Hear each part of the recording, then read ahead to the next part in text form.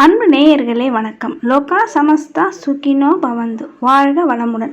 இன்னைக்கு இந்த பதிவில் வரலட்சுமி விரதம், அந்த வரலட்சுமி விரதத்தை நம்ம எப்படி அந்த பூஜை முறைகளை அனுஷ்டிக்கணும், வரலட்சுமி விரத தினத்தை நம்ம எத்தனை நாள் கடைப்பிடிக்கணும், வரலட்சுமி விரத பூஜைக்கு உண்டான சரியான நேரம் என்ன, மகாலட்சுமி தாயாரை நம்ம வீட்டுக்கு அழைக்கிற முறை என்ன, வீட்டுக்கு மகாலட்சுமி தாயாரை அழைப்பதற்கு உண்டான சரியான நேரம் என்ன அப்படின்ற எல்லா விளக்கத்தையும் இந்த பதிவில் நம்ம தெளிவாக பார்க்கலாம். பதிவை ஸ்கிப் செய்யாமல் பார்த்தீங்கன்னா தான் இந்த பதிவில் சொல்லப்படக்கூடிய அனைத்து விஷயங்களும் உங்களுக்கு புரிய வரும். வரலட்சுமி விரதமானது இந்த ஆண்டு ஆகஸ்ட் மாதம் 8ஆம் தேதி ஆடி 23ஆம் நாள் வெள்ளிக்கிழமை, ஆடி மாதம் 4ஆம் வெள்ளி அன்றைய தினம் வரலட்சுமி விரத தினமாக அமைகிறது. இந்த வரலட்சுமி விரதத்தை 3 நாள் அனுஷ்டிக்கிறது தான் வழக்கம். ஏன்னா வெள்ளிக்கிழமை வரலட்சுமி விரதம், அதற்கு முதல் நாளான வியாழக்கிழமை அன்றைய தினமே மகாலட்சுமி தாயாரை வீட்டுக்கு அழைக்கிறது தான் முறை. சிலர் வெள்ளிக்கிழமை அன்றைய தினமே மகாலட்சுமி தாயாரை வீட்டுக்கு அழைத்து அன்றைய தினமே வரலட்சுமி பூஜையை அனுஷ்டிக்கிறதும் வழக்கம். வெள்ளிக்கிழமை செய்கிறவங்க அவங்க வழக்கப்படி வெள்ளிக்கிழமையை நீங்கள் செய்துக்கலாம். வியாழக்கிழமை அன்னைக்கு மகாலட்சுமி தாயாரை நீங்கள் வீட்டுக்கு அழைக்கிறதுக்கு உண்டான சரியான நேரம் என்ன, எப்படி வீட்டுக்கு அழைக்கணும் அப்படின்னு புதுசாக செய்கிறவங்க, இந்த விரத முறையை அனுஷ்டிக்கிறவங்க, தெரியாதவங்க தெரிந்து கொள்வதற்காக தான் இந்த பதிவு. அதே போல் வரலட்சுமி விரதத்திற்கு மறுநாள் புனர் பூஜை, அதை எப்படி செய்கிறது, அந்த புனர் பூஜை செய்வதற்கு உண்டான சரியான நேரம் என்ன, அதை பற்றியும் இந்த பதிவில் நம்ம தெளிவாக பார்க்கலாம். முதல்ல நம்ம வரலட்சுமி விரதத்துக்கு எப்படி நம்ம தயார் செய்து கொள்ளணும், அதற்கு தேவையான பொருள்கள் என்ன அப்படின்றத முதல்ல ஃபஸ்ட்டு பார்த்துடலாம். வியாழக்கிழமை அன்றைய தினமே வீட்டை நம்ம சுத்தம் பண்ணி பூஜைக்கு தேவையான எல்லா பொருட்களையும் தயாராக வாங்கி வைத்து கொள்வது தான் சிறப்பாக இருக்கும். அதே போல் அந்த வியாழக்கிழமை அன்றைய தினம் மாலையில் நீங்கள் மகாலட்சுமி தாயாரை வீட்டிற்கு அழைக்கணும். அதற்கு முதல்ல நீங்கள் என்னெல்லாம் செய்து வைக்கணும், உங்கள் பூஜை அறை பூஜை சாமான்கள் எல்லாம் நீங்கள் சுத்தம் செய்து வழக்கம் போல் மஞ்சள் குங்குமம்லாம் இட்டு அதை எப்படி நீங்கள் தயார் செய்வீங்களோ அதே முறையில் தயார் செய்துட்டு முதல்ல கலசத்தை தயார் செய்யணும். அதன் பிறகு கலசத்தை பூஜை அறையில் நம்ம எங்கே வைக்க போகிறோம் அந்த இடத்த நம்ம தயார் செய்துக்கணும்.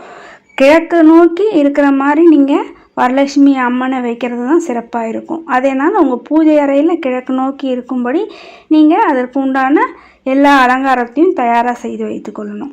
கலசத்தை 2 முறையாக தயாரிக்கிறது வழக்கம். ஒரு சிலர் கலசத்தில் அரிசி பருப்பு இட்டு கலசத்தை தயார் செய்வாங்க. சிலர் கலசத்தில் தூய நீரை நிரப்பி கலசத்தை தயார் செய்வாங்க.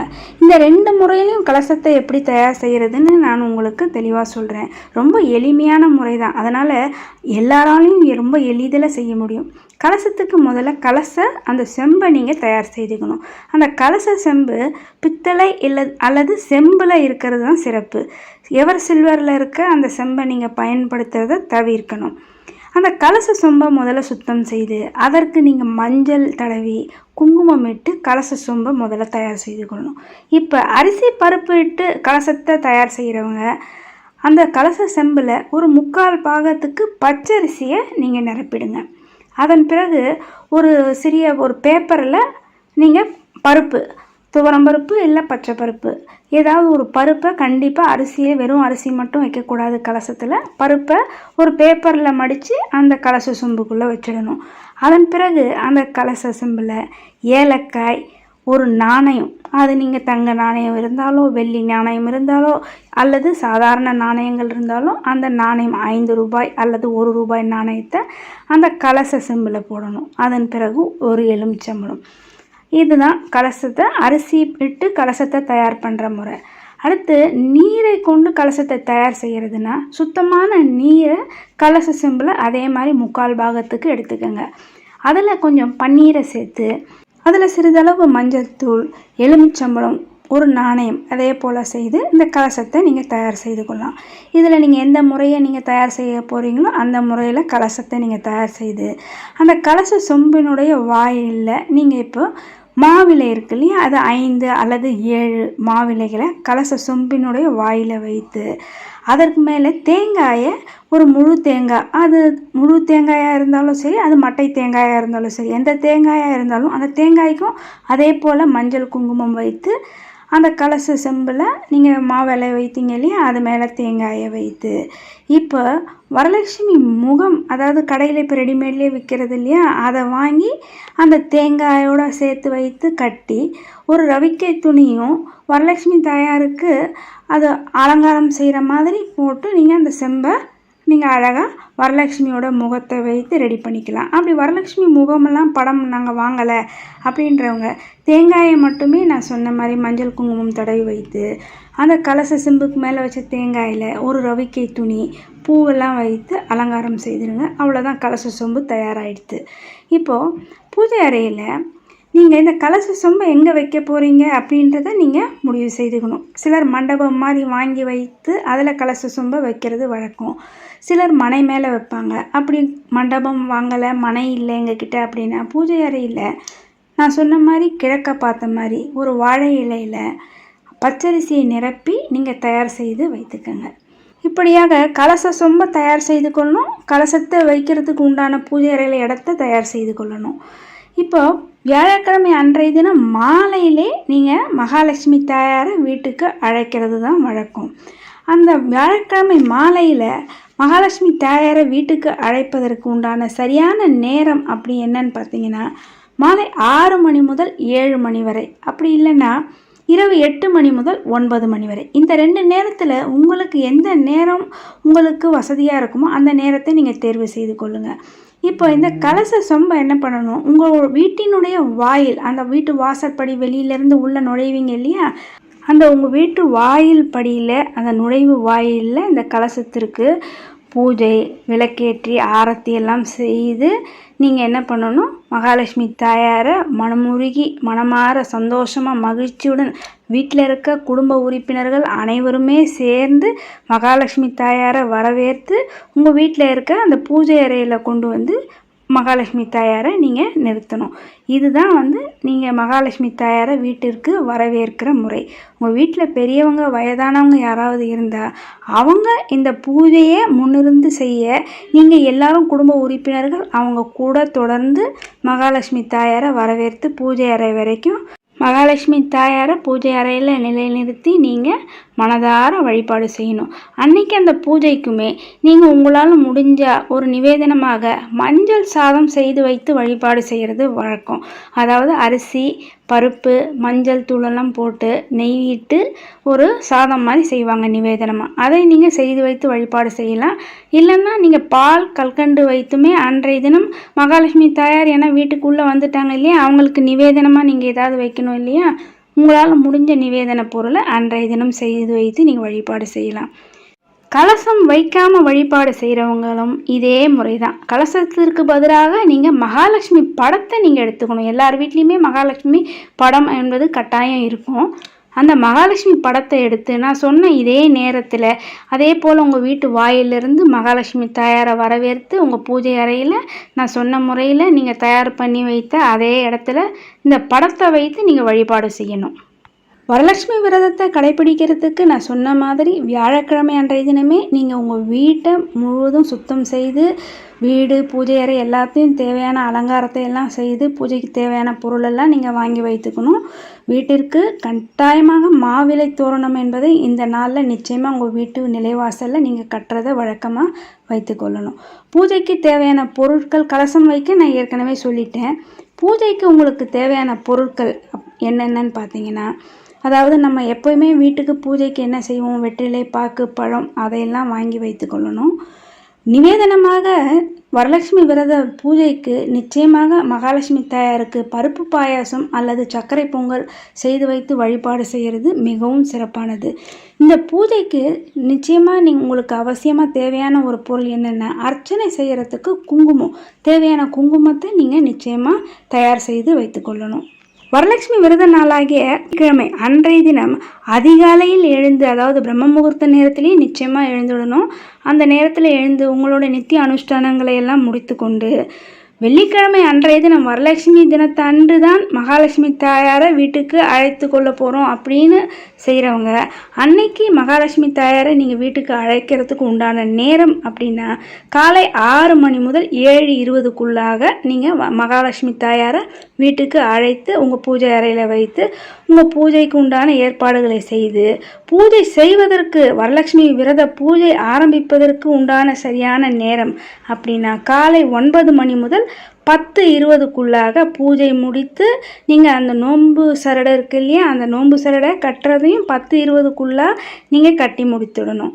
மாலையில் பூஜை செய்ய போகிறேன் அப்படின்னு சொல்கிறவங்க மாலை 6 மணிக்கு மேல் மாலை 6:25 அதாவது 6:25 PM-லேருந்து 8:07 PM இந்த நேரத்திற்குள்ளாக, அதாவது கும்ப லக்னம் இருக்க இந்த நேரத்துக்குள்ளாக நீங்கள் வரலட்சுமி பூஜையை செய்து அந்த வரலட்சுமி நோன்பு சரடை கையில் கட்டிக்கிறதுன்றது அது சிறப்பான நேரமாக இருக்கும்.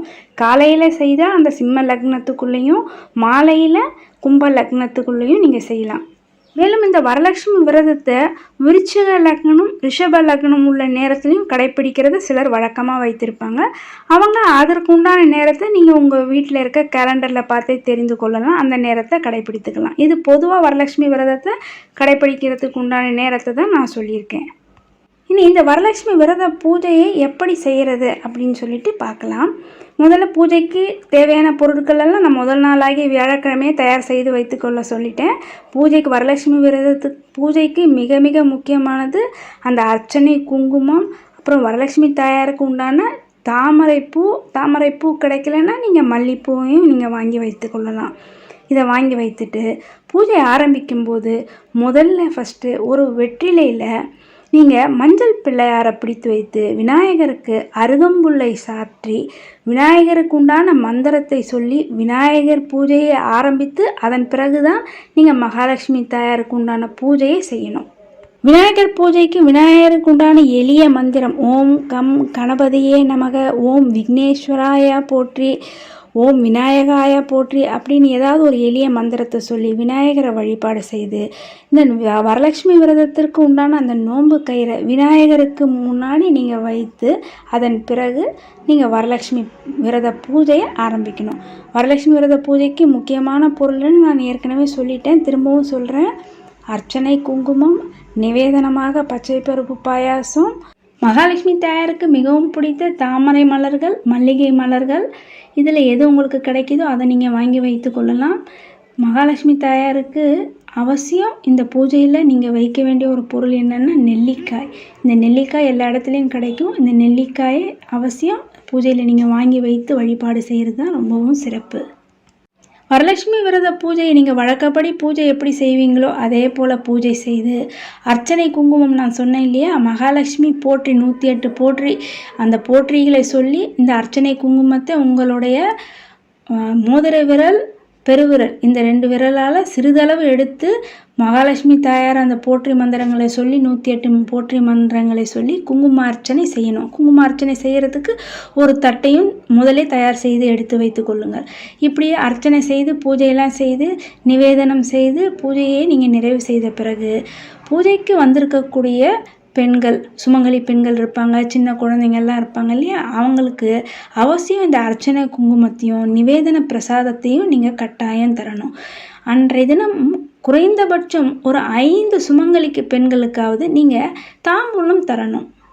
தாம்பூல பொருட்களில் அவசியம் மங்கள பொருட்கள் மஞ்சள், குங்குமம், வெற்றிலை பாக்கு, பழம், ரவிக்கை துணி, பூ, நாணயம், அதாவது 1 ரூபாயோ அல்லது 11 ரூபாயோ உங்களுக்கு எவ்வளவு கொடுக்கணும்னு நினைக்கிறீங்களோ அந்த நாணயத்தையும் வைத்து அந்த சுமங்கலி பெண்களுக்கு தருவது ரொம்ப ரொம்ப சிறப்பு. கண்ணாடி வளையல் இது போன்ற மங்கள பொருட்களை அவசியம் இன்றைய நாளில் நீங்கள் சுமங்கலிகளுக்கு தருவது என்பது ரொம்பவே சிறப்பானது.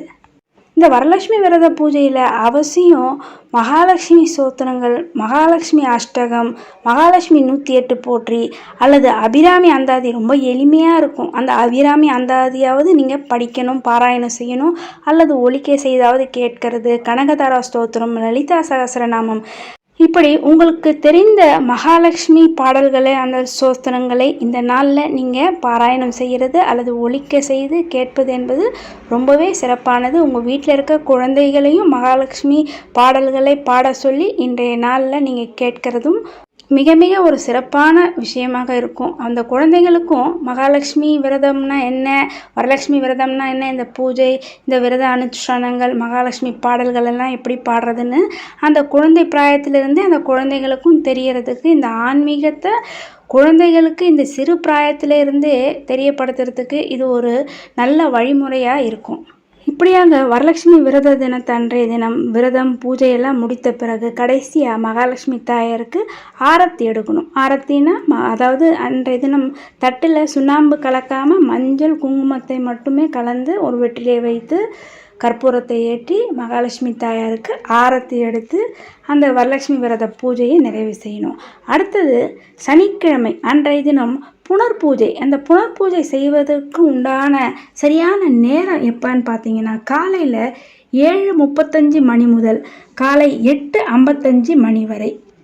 இந்த நேரத்தில் தான் நீங்கள் அந்த வரலட்சுமி விரதத்துக்கு தயார் செய்த அந்த கலசத்தெல்லாம் எடுக்கிறதுக்கு உண்டான சரியான நேரம். இந்த நேரத்தில் கலசத்தை எடுக்கிறதுக்கு முன்னாடி மறுபடியும் வரலட்சுமி தாயாருக்கு விளக்கேற்றி ஒரு ஆரத்தியெல்லாம் காமித்து அதன் பிறகு அந்த கலச செம்பை சிறிது, அதாவது ரொம்ப லேசாக வடக்கு புறமாக முதல்ல நகர்த்தணும். வடக்கு புறமாக நகர்த்திட்டு அதன் பிறகு தான் கலச செம்பை நீங்கள் அங்கேருந்து எடுக்கணும். கலச செம்பை நகர்த்தி எடுத்துட்டு கலச செம்புக்குள்ளே நீங்கள் வச்சுருந்தீங்க இல்லையா அரிசி, அதிலிருந்து ஒரு கைப்பிடி அரிசி எடுத்துகிட்டு போய் உங்களுடைய அரிசி பானை, நீங்கள் அரிசி எதில் போட்டு வைத்திருப்பீங்களோ உங்கள் வீட்டில், அதில் நீங்கள் அந்த அரிசியை உங்கள் அரிசி டப்பாவில் போட்டுடணும். அதன் பிறகு அந்த மீதமுள்ள அரிசியில் நீங்கள் அன்றைய தினம் ஏதாவது பிரசாதம் செய்து உங்கள் வீட்டில் இருக்க குடும்ப உறுப்பினர்கள் எல்லோரும் சாப்பிடலாம். ஆனால் திருப்பவும் பூஜையில் வைத்து எடுத்த பொருளில் பிரசாதம் செய்து திரும்பவும் நீங்கள் சாமிக்கு பிரசாதமாக வைக்கக்கூடாது. நீங்கள் உங்கள் வீட்டில் இருக்கவங்க நீங்கள் சாப்பிடலாம். அதன் பிறகு அந்த கலச செம்பில் வைத்து அந்த ஏலக்காயை நீங்கள் அதையும் உங்களுடைய சமையலுக்கு பயன்படுத்தலாம். அப்படி இல்லைன்னா உங்களுடைய அதாவது பீரோவில் உங்களுடைய பணப்பெட்டி அதில் நீங்கள் அந்த ஏலக்காயை வைத்திடலாம். அதாவது தண்ணீரில் போட்டிருந்த ஏலக்காயை நீங்கள் உங்களோட சமையலுக்கு தான் பயன்படுத்தணும். அரிசி போட்டு நீங்கள் கலசம் தயார் பண்ணியிருந்தீங்க இல்லையா, அந்த ஏலக்காயை நீங்கள் உங்களுடைய பீரோவில் வைக்கலாம். நாணயத்தையும் அதே போல் உங்களுடைய பணப்பெட்டிலையோ அல்லது உங்கள் பர்ஸ்லேயோ அந்த நாணயத்தை நீங்கள் வைத்திடலாம். தண்ணீர் வைத்து கலசம் தயார் செய்தவர்கள் அந்த தண்ணீரை மாவிலை கொண்டு உங்கள் வீடு முழுவதும் தெளித்துட்டு மீதமுள்ள தண்ணீரை நீங்கள் செடிகளுக்கு விட்டுடலாம். இதுதான் இந்த வரலட்சுமி விரத பூஜையை நீங்கள் அனுஷ்டிக்கிறதுக்கு உண்டான எளிமையான வழிமுறைகள். இந்த வழிமுறைகளை பின்பற்றி அனைவருமே எளிய முறையில் வரலட்சுமி விரத பூஜையை நீங்கள் கட்டாயம் கடைபிடித்து வரலட்சுமி தாயாரனுடைய பரிபூர்ண அருளாசியை நிச்சயம் பெற வேண்டும். அது மட்டும் இல்லாமல் இந்த வரலட்சுமி விரதத்தை இந்த நாளில் கடைபிடிக்க முடியாதவங்க அடுத்து வரக்கூடிய வெள்ளிக்கிழமையிலையும் தாராளமாக இந்த வரலட்சுமி விரதத்தை நீங்கள் கடைபிடிக்கலாம். அதாவது ஏதாவது ஒரு சூழ்நிலையில் இந்த தினம் வரலட்சுமி விரதத்தை எங்களால் அனுஷ்டிக்க முடியல அப்படின்றவங்க அடுத்து வரக்கூடிய வெள்ளிக்கிழமைகளில் தாராளமாக செய்யலாம். அன்றைய தினமும் முடியலை அப்படின்னு நினைக்கிறவங்க, வரலட்சுமி விரதத்தை கட்டாயம் நாங்கள் செய்யணும் எங்களால் முடியலை அப்படின்னு நினைக்கிறவங்க வருகிற நவராத்திரியில் வரக்கூடிய வெள்ளிக்கிழமையில் இந்த விரதத்தை நீங்கள் இதே முறையில் தாராளமாக செய்யலாம். மகாலட்சுமி தாயாரை இந்த வரலட்சுமி விரத தினத்தில் அந்த வீட்டிற்கு அழைக்கிற அந்த சரியான நேரம், வரலட்சுமி பூஜைக்கான அந்த முகூர்த்த நேரம், புனர் பூஜைக்கான அந்த சரியான நேரம், அதையெல்லாம் மீண்டும் ஒரு முறை இப்போ திரும்பவும் பார்த்துடலாம். மகாலட்சுமி தாயாரை வீட்டிற்கு அழைக்கக்கூடிய அந்த சரியான நேரம் வியாழக்கிழமை அன்றைய தினம் மாலை எப்பொழுதுன்னு பார்த்தீங்கன்னா 6 மணியிலிருந்து மாலை 7 மணி வரை. இன்னொரு நேரம்னு பார்த்தீங்கன்னா இரவு 8 மணி முதல் இரவு 9 மணி வரை. மகாலட்சுமி தாயாரை வெள்ளிக்கிழமையில் சிலர் காலையில் அன்றைய தினமே வரலட்சுமி விரத தினமே வீட்டிற்கு அழைத்து கொள்கிற முறை இருக்கும். அப்படி வெள்ளிக்கிழமையில் மகாலட்சுமி தாயாரை வீட்டிற்கு அழைப்பதற்கு அந்த சரியான முகூர்த்த நேரம் அப்படின்னு பார்த்தீங்கன்னா காலையில் 6 மணியிலிருந்து 7:20 மணிக்குள்ளாக மகாலட்சுமி தாயாரை நீங்கள் வீட்டிற்கு அழைத்து கொள்ளலாம்.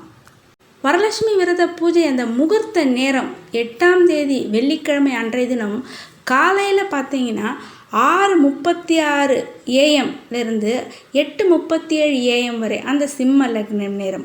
இன்னொரு நல்ல நேரம் அன்றைய வெள்ளிக்கிழமை தினத்திற்கு உண்டான நல்ல நேரம்னு பார்த்தீங்கன்னா காலை 9 மணிலேருந்து 10:20 மணி வரை. அடுத்ததாக மாலையில் வரலட்சுமி விரத பூஜை அந்த முகூர்த்த நேரம் மாலையில் செய்கிறவங்களுக்கு மாலை 6:53 மணிலேருந்து இரவு 8:36 மணி வரை. வரலட்சுமி விரத பூஜைக்கான அந்த முகூர்த்த நேரம், அந்த உகந்த உன்னதமான முகூர்த்த நேரம் என்பது அந்த சிம்ம லக்ன நேரம் அல்லது கும்ப லக்ன நேரம்.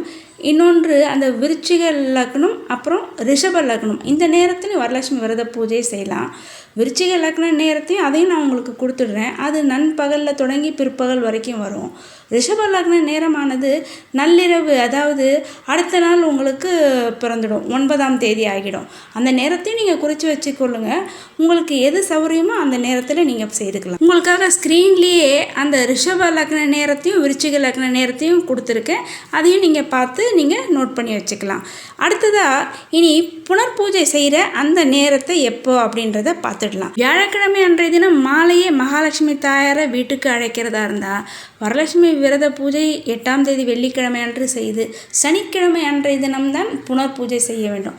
அந்த புனர்பூஜை செய்யறதுக்கு உண்டான சரியான நேரம்னு பார்த்தீங்கன்னா சனிக்கிழமை 9ஆம் தேதி அன்றைய தினம் காலை 7:35 மணிலேருந்து காலை 8:55 மணி வரை. அடுத்ததாக இன்னொரு நேரம் பார்த்தீங்கன்னா காலை 10:45 AM-லேருந்து 11:45 AM வரை. சிலர் வெள்ளிக்கிழமை அன்றைய தினம் காலையிலே மகாலட்சுமி தாயாரை வீட்டுக்கு அழைத்து வரலட்சுமி விரத பூஜையை செய்கிறவங்க ஞாயிற்றுக்கிழமை அன்றைய தினம்தான் அந்த புனர் பூஜை செய்யணும். அதற்குண்டான நேரத்தையும் இப்போ பார்த்துடலாம். 10ஆம் தேதி, அதாவது ஞாயிற்றுக்கிழமை அன்றைய தினம் காலை 7:45 மணியிலிருந்து காலை 8:45 மணி வரை. அடுத்ததாக இன்னொரு நேரம்னு பார்த்தீங்கன்னா காலை 10:45 AM, 10:45 மணி முதல் நண்பகல் 12 மணி வரை.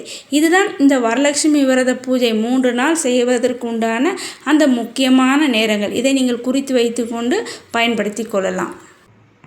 அன்பு நேயர்களே, இந்த வரலட்சுமி விரத பூஜை, அந்த வரலட்சுமி விரத பூஜைக்கு உண்டான நேரம், இது அனைத்துமே உங்களுக்கு பயனுள்ளதாக இருக்கும்னு நினைக்கிறேன். இதை மற்றவர்களும் கேட்டு பயனடையும் வகையில் அனைவருக்குமே இந்த பதிவினை மறக்காமல் ஷேர் செய்து, இதுவரை சப்ஸ்கிரைப் செய்யாத அன்பர்கள் சப்ஸ்கிரைப் செய்து பெல் பட்டனை அழுத்தி தொடர்ந்து இணைந்து ஆதரவு தர அன்புடன் கேட்டுக்கொள்கிறேன். நன்றி.